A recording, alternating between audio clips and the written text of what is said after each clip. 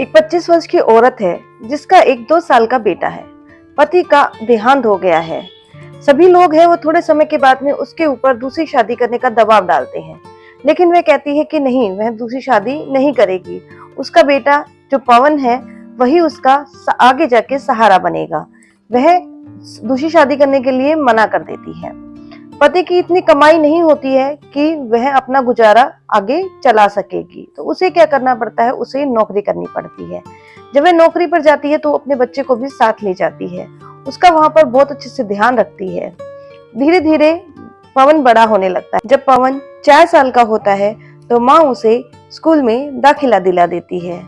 माँ है वो पवन की हर मुस्कुराहट पे अपने दुख दर्द भूल जाती है, अपनी थकान है वो भूल जाती है। उसे नहीं पता कि वो क्या कर रही है, बस वो अपना काम करती रहती है और पवन के परवरिश पर ध्यान रखती है।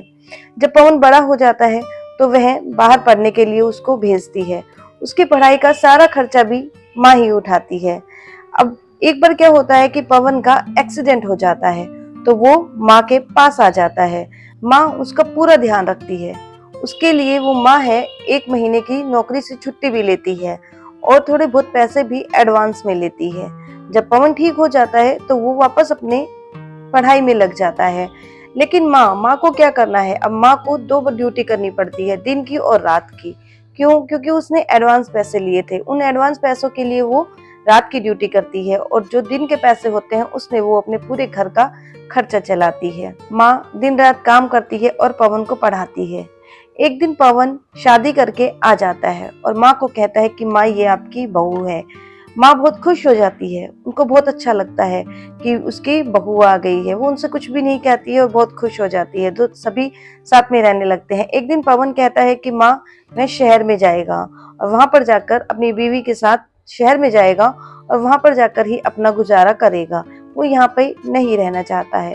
माँ उनसे कुछ नहीं कहती है और वो दोनों चले जाते हैं। वह माँ से एक बार भी अपने साथ चलने के लिए नहीं कहता है। माँ को कोई शिकायत नहीं है। वह उनसे कुछ नहीं कहती और खुश है। वह उनको खुशी खुशी विदा कर देती है। जब पवन के बच्चा होता है तो वह माँ को बुला लेता है।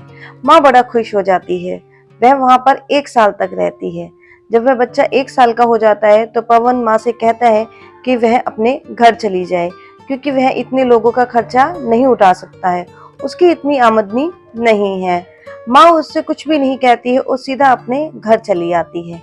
दोबारा वापस आकर अपनी नौकरी में लग जाती है। वह जो भी पैसे कमाती है उसमें से थोड़े बहुत बचाकर पवन के पास भेजती है ताकि उसका गुजारा अच्छे से चल सके। जब आगे जाके पवन के बच्चे बड़े हो जाते हैं तो उसके बच्चे उसको और उसकी बीवी को वृद्धाश्रम में छोड़ आते हैं। अब पवन के साथ भी ऐसा हो रहा है। अब पवन को समझ नहीं आ रहा है कि वो क्या करे। उसने अपना पूरा जीवन है वो अपने बच्चों की परवरिश में लगा दिया, कभी उनसे कुछ नहीं मांगा। और उन्होंने क्या किया, उन्होंने उन्हें वृद्धाश्रम में छोड़ दिया। यही सोचते विचारते एक दिन उसको अपनी माँ का ध्यान आता है। जब उसे अपनी माँ का ध्यान आता है तो उसने लगता है कि उसने भी अपनी माँ के साथ किया।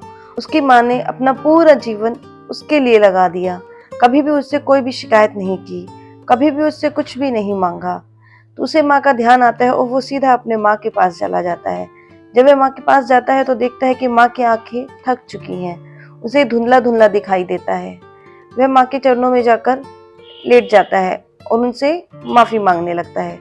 माँ तो माँ है, माँ माफ कर देती है, कहती है कि कोई बात नहीं।